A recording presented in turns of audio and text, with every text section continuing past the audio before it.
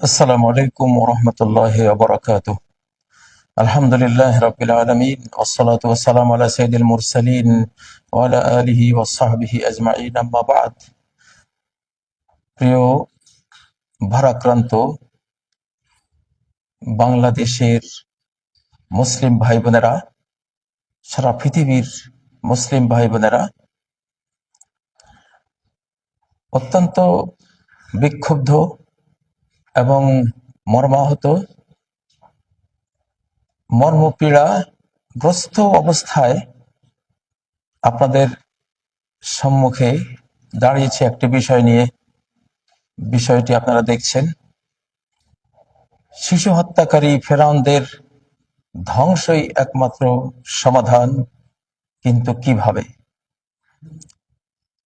সেটা হতে পারে, এই বিষয়ে আমি আল কোরআন থেকে দুটো নির্দেশনা আপনাদেরকে জানাবো ইনশাআল্লাহ। তার আগে কাতারের ওয়ার্ল্ড মুসলিম স্কলার্স ফোরাম থেকে যে ফতোয়াটি দেওয়া হয়েছে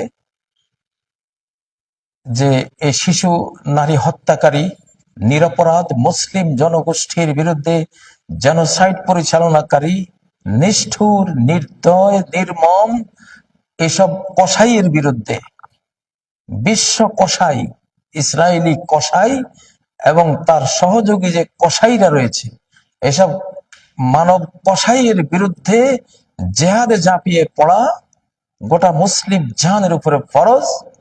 এই ফতোয়াটি আমিও সমর্থন দিলাম, আমার পক্ষ থেকে আমিও ঘোষণা দিলাম। কাতারের এই ওয়ার্ল্ড মুসলিম স্কলার্স ফোরামে আমি আরবি, উর্দু, বাংলা ভাষায় বক্তৃতা করে এসেছি। তাদের জ্ঞানের গভীরতা আমি দেখে এসেছি। তাদের এই ফতোয়াটি সঠিক। বিশ্বের সকল আলেমের এই ফতোয়া প্রচার করা উচিত এবং বাংলাদেশ সরকার সহ 57 মুসলিম রাষ্ট্রের সকল সরকারের এই ফতোয়া মেনে সে অনুসারে ফরজ, অপরিহার্য উদ্যোগ গ্রহণ করা উচিত। বাংলাদেশ সরকারকেও আমি সে আহ্বান জানাচ্ছি, বিশ্বের 56 মুসলিম দেশের প্রতিটি সরকারের কাছে এই আবেদন জানাচ্ছি, তারা যদি এই মানব কসাইদের বিরুদ্ধে সর্বশক্তি নিয়ে ঝাঁপিয়ে পড়ে। এদের ধ্বংসই হলো শিশু রক্ষার একমাত্র উপায়, এছাড়া উপায় নেই। অতীতের ফেরাউনকে আল্লাহ তাআলা এইভাবে ধ্বংস করেই শিশুদের হেফাজত করেছিলেন। প্রিয় বন্ধুরা, তো কোরআনিক সেই কোন ফর্মুলা যেটা ফেরাউনদের ধ্বংসের জন্য কোরআনে এসেছে? একটা এসেছে সূরা ইউনূসের 88 নম্বর আয়াত। এটি ফেরাউনের জাতাকলে পিষ্ট জাতির যে নবী মুসা আলাইহিস সালাম ছিলেন, তার জবানে আল্লাহ আমাদেরকে জানিয়েছেন। তিনি অত্যন্ত বুদ্ধি দীপ্ত এবং একেবারে জালিমের ফাউন্ডেশন উৎপাটনকারী একটা বিষয় একটি প্রার্থনায় উল্লেখ করেছেন। এটার উপরে আমল করা আমাদের সবার উপরে এখন ফরজ।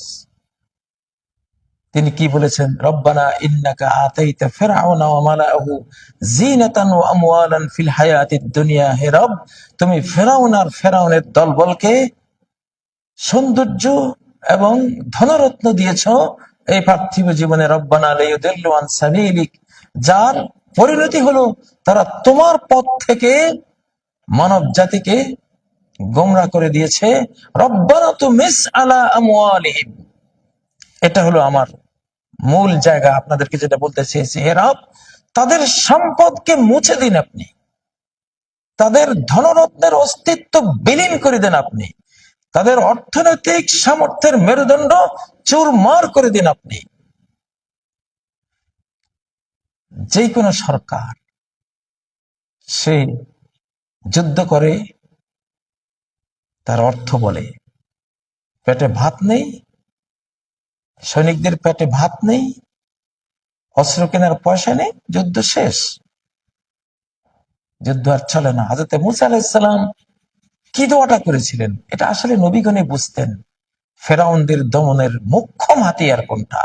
অর্থনীতির উপরে তিনি হাত ধরেছেন। ঠিক সূরা ইউনূসের ৮৮ নম্বর দোয়ার প্রতিফলন, এটা যে আল্লাহ কবুল করেছেন, সাথে সাথে রব্বুল আলামিন সেই সিস্টেমে তিনি অ্যাকশন নিয়েছেন, সেটা দেখেন কিভাবে তার দোয়া কার্যকর করেছেন আল্লাহ। এটাই মুখ্যম রাস্তা, প্রথম রাস্তা ফেরাউনদের ধ্বংসের, শিশু খুনি, শিশু হত্যাকারীদের ধ্বংসের। فأرسلنا عليهم الطوفان والجراد والقمل والضفادع والدم آيات مفصلات। আমি ফেরাউনের অর্থনীতি, ফেরাউনের সহযোগীদের অর্থনীতি চুরমার করে দেওয়ার জন্য আমি প্রেরণ করলাম জলোচ্ছ্বাস। জলোচ্ছ্বাস দিয়ে অর্থনীতি শেষ। তারপরে ক্ষমা টমা চেয়ে আবার যখন সুযোগ পেল, আবার জুলুমের দিকে ফিরে গেল। ওল জারাদা, পঙ্গপাল দিয়ে অর্থনীতি আবার শেষ। আবার তারা তওবা করলো, আবার জুলুম শুরু করলো। আবার অল কুম্মালা, চার পোকা দিয়ে একেবারে তাদের জীবনটাকে অতিষ্ঠ থেকে অতিষ্ঠতর করে তুললেন, অর্থনীতি ধ্বংস করে দিলেন। অদফা দেয়া, আরেক পর্যায়ে আবার যখন তারা তওবা করে আবার জুলুমের দিকে ফিরে আসলো, বিশাল ব্যাংক বাহিনী, ট্রিলিয়ন ট্রিলিয়ন ব্যাংক বাহিনী দিয়ে তাদের সমস্ত খাদ্য খাবার অর্থনীতি ধ্বংস করে দিলেন। অর্থনীতি ধ্বংস করে দিয়ে আজকে ইসরায়েলকে যারা কোটি কোটি ডলার দিয়ে সাহায্য করে, এদের সাথে অর্থনৈতিক সকল সম্পর্ক মুসলিম জাহানের ছিন্ন করা এখন ফরজে আইন। এটা জনে জনে ফরজ, প্রত্যেকের উপরে ফরজ। তাদের পণ্য বয়কট থেকে শুরু করে রাষ্ট্রীয় পর্যায়ে তাদের সমস্ত অর্থনৈতিক কর্মকাণ্ডকে রুখে দিতে হবে। তাদেরকে যারা সাহায্য করবে, মুসলিম জাহানের সাথে তাদের কোনো লেনদেন, তাদের মুদ্রার সাথে কোনো বিনিময় আমরা করবো না। তোমরা কি বেঈমান ফেরাউনদের সাথে সম্পর্ক কাটাপ করলে অর্থনীতির ক্ষতি হবে আশঙ্কা করো? আল্লাহ গ্যারান্টি দিচ্ছেন সূরা তাওবার মধ্যে, কোনো ভয় নেই। ওয়াইন খিফতুম আইলাতান, যদি তোমরা দারিদ্র্যের ভয় পাও, ফাসাউফা ইউগনিকুমুল্লাহু মিন ফাদলি, আল্লাহ তার অনুগ্রহ থেকে তোমাদেরকে বিত্তবান বানিয়ে দিবেন, ধনাঢ্য বানিয়ে দিবেন, সকল অভাব অনটন মুছে দিবেন। আপনারা খুলে দেখুন সূরা তাওবার ২৮ নম্বর আয়াত। মুসলিম সরকার, মুসলিম জাহানের জনগণ পেটের ভাত কেড়ে নিন এসব ফেরাউনদের। বড় বড় কথা বলে, বড় বড় নীতির কথা বলে, মানবাধিকারের কথা বলে যারা, ধিক্কার, শত কোটি সমস্ত ফেরেশতার ধিক্কার, আল্লাহ তাআলার ধিক্কার, কুল সৃষ্টি জগতের ধিক্কার তাদের প্রতি, তাদের মানবাধিকারের বলির উপরে। এদের পেটের ভাত কেড়ে নিতে হবে। বদর যুদ্ধে নবী সাল্লাল্লাহু আলাইহি ওয়াসাল্লাম গিয়েছিলেন কুরাইশের কাফেলাকে রুখে দিতে, যে সিরিয়া থেকে, শাম থেকে তাদের জন্য, কুরাইশের জন্য সম্পদ, খাবার দাবার নিয়ে যাচ্ছিল। নবীজি বুঝলেন এইটা পেটের ভাত কেড়ে নিতে পারলে আর আমার বিরুদ্ধে যুদ্ধের আর ক্ষমতা থাকবে না। ইতিহাসে বহু যুদ্ধ থেমে গেছে, সরকারের টাকা নাই, সৈনিকরা বিদ্রোহ করে চলে গেছে, সরকারও নাই, সৈনিকও নাই, যুদ্ধ নাই। এই কোরআনিক ফর্মুলা হলো ১ নম্বর। আজকে এখন থেকে এদের সাথে, এদের যারা সহযোগী সবার সাথে আগে অর্থনীতি যেটা আমরা করতে পারবো, অর্থনৈতিক সমস্ত লেনদেনের স্টপ, সমস্ত ব্যাংকিং লেনদেনের স্টপ, আমরা মরবো না না খেয়ে ইনশাআল্লাহ। আগে সেফটি ফার্স্ট, আমাদের ভাইদের বাঁচাবো। ওদের জীবনের উপরে আমাদের জীবন নির্ভর করে, বাংলাদেশের মানুষের বেঁচে থাকা নির্ভর করে। ফিলিস্তিনের একটা শিশুর জন্মকে যারা তাদের নিরাপত্তার থ্রেট মনে করে, এই বাংলাদেশের শক্তি সামর্থ্যকেও ওরাই তাদের নিরাপত্তার থ্রেট মনে করে। যেই যুক্তিতে ফিলিস্তিনকে মারছে, ওই যুক্তিতে আপনাকে মারবে না, কে সে গ্যারান্টি দেবে? অতএব অর্থনৈতিক ত্রুটি এখনই আমরা চেপে ধরতে হবে, এটা ফরজ আইন। এটা হলো ধ্বংসের প্রথম ফর্মুলা এবং পদ্ধতি, রাব্বানি, ইলাহি, কোরআনিক, ঐতিহাসিক, নবীদের, আল্লাহ তাআলার। আর দ্বিতীয় পর্যায়ে আসবে তাদের বিরুদ্ধে, তারা যেই ভাষায় কথা বলে সেই ভাষায় মুসলিম জাহানও কথা বলবে। মুসলিম জাহানের সম্মিলিত ঐক্যবদ্ধ সৈন্য দল তাদের বিরুদ্ধে ডিক্লার করবে যুদ্ধের, সম্মিলিত যুদ্ধের ডাক। কোনো কথা নাই, কোনো রাগ ডাক নাই, এটা মানব যুদ্ধ, মানব যুদ্ধের ডাক আমরা দিলাম। প্রত্যেক আলেম সমাজের উপরে ফরজ এটা নিয়ে কথা বলা। কথা দীর্ঘায়িত করব না। আগে পেটের ভাত খেয়ে নিতে হবে, অস্ত্র কেনার টাকার উৎস ধ্বংস করে দিতে হবে তাদের এবং তাদের পিছনে যারা, এদের সবার কোনো খাতির নেই। এরপরে দেখবেন যুদ্ধ 90% থেমে গেছে ইনশাআল্লাহ, থামিয়ে দিতে হবে। আর বাকি 10% তখন মুসলিম জাহান এসে সামর্থ্য আছে ইনশাআল্লাহ। তারা লড়াকু জাতি, মৃত্যু নেশাগ্রস্ত জাতি। ওরা ভাবছে যে এমন মারবো, এমন লাশ ফেলবো, মুআম্মারের লাশ আকাশে উড়িয়ে দেব, দৃশ্য থেকে সব মুসলমানরা ভয়ে চুপসে যাবে। জি না, সেই জাতি এই মুসলিম জাতি না।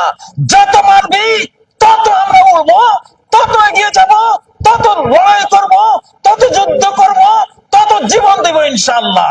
ফিলিস্তিন থেকে গোটা বিশ্ব শাসন হবে ইনশাআল্লাহ। সেই দিনক্ষণ আমরা গুনছি। আর তোরা ফেরাউনরা রসাতলে যাবি, আকাশের মার, স্টিরয়েডের মার, ভূমিকম্পের মার, দাবানলের মার, গোটা সৃষ্টি জগতের মার, আল্লাহর মার তোদের জন্য অপেক্ষায় রয়েছে ইনশাআল্লাহ। অপেক্ষায় থাকো। মুসলিম জাহানের প্রত্যেকটা সরকার উপরে ফরজ এদের বিরুদ্ধে, শিশুদের পক্ষে, অসহায় নারীদের পক্ষে যুদ্ধের ডিক্লার করে দেওয়া। আমালাকুম লা তুকাতিলুনা ফি সাবিলিল্লাহ। কি হলো তোমাদের, কি ব্যাধি তোমাদের অন্তরে হলো যে তোমরা আল্লাহর পথে যুদ্ধ করো না? ওইসব নারী পুরুষদের রক্ষার জন্য আল্লাহ কি বলছেন? এই যে সূরা আন-নিসার 75 নম্বর আয়াত, তোমরা কেন যুদ্ধ করো না আল্লাহর পথে, এবং ওই সব জাতিকে রক্ষার জন্য কেন লড়াই করো না যাদেরকে দাম্ভিকরা, ফেরাউনরা তাদের পক্ষ থেকে হীনবল করে দিয়েছে, তাদের স্বাধীনতা কেড়ে নিয়েছে, রাষ্ট্রীয় পরিচয় কেড়ে নিয়েছে, তাদের বেঁচে থাকার অধিকার কেড়ে নিয়েছে, তাদের খাবারের অধিকার কেড়ে নিয়েছে, চিকিৎসার অধিকার কেড়ে নিয়েছে, শত দিক থেকে তাদেরকে হীনবল, পঙ্গু, পর্যদস্ত করে রেখেছে। এসব মুস্তাদাবিদের পক্ষে হয়ে কেন তোমরা লড়াই করো না? কি কজ থাকতে পারে? কোনো কজ নাই, লড়াইতে ঝাঁপিয়ে পড়ো তোমরা।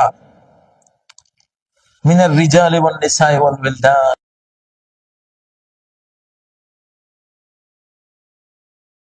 হীনবল করে রাখা হয়েছে মুসলিম শিশুদেরকে, তাদের বাঁচার অধিকার নেই। মনে রেখো, শক্তির অপর নাম শান্তি। একটি সূরা আন-নিসার 75 নম্বর আয়াত যেটা দিলাম, এটা লম্বা আয়াত। তো যাই হোক, আল্লাহ তাআলা আমাদেরকে তৌফিক দিন।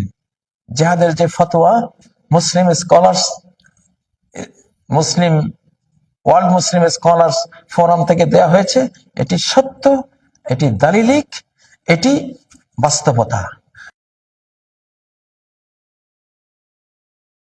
যার যার অঙ্গন থেকে এই পবিত্র যুদ্ধে, এই হোলি ওয়ারে অংশ নিতে হবে না ফরজ আইন। জীবন আমরা দিয়ে যুদ্ধ লড়তে জানি, এটা আমাদের ইতিহাস।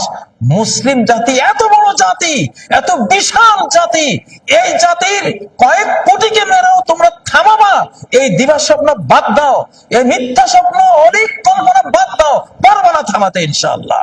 এই শক্তি তোমাদের নাই, বরং মুসলিম পুনর্জাগরণে তোমরা ভেসে যাবে, ধ্বংস হয়ে যাবে, নিপাত হয়ে যাবে, অথবা মুসলিম হয়ে আত্মরক্ষা করবে সামনে। এই সময়ের অপেক্ষায় আমরা থাকলাম। তবে সরকারদের উচিত এক্ষুনি সম্মিলিত মুসলিম বাহিনী তৈরি করে তাদের দাঁত ভাঙ্গা জবাব দেয়া। আল্লাহ তাআলা আমাদের সরকারগুলিকে তৌফিক দিন, আমাদের জনগণকে তৌফিক দিন। তাদের পেটের ভাত কেড়ে নেয়া, অস্ত্র কেনার পয়সা কেড়ে নেয়া, বোমা কেনার পয়সা কেড়ে নেয়া, সৈনিক পোষার পয়সা কেড়ে নেয়া আমাদের উপরে ফরজ। যে যেখানে পারবো আমাদের সেটা করতে হবে। আল্লাহ তাআলা তৌফিক দিন। সুবহানাকাল্লাহুম্মা ওয়া বিহামদিক, আশহাদু আল্লা ইলাহা ইল্লা আনতা, আস্তাগফিরুকা ওয়া আতুবু ইলাইক। আসসালামু আলাইকুম ওয়া রাহমাতুল্লাহি ওয়া বারাকাতুহু।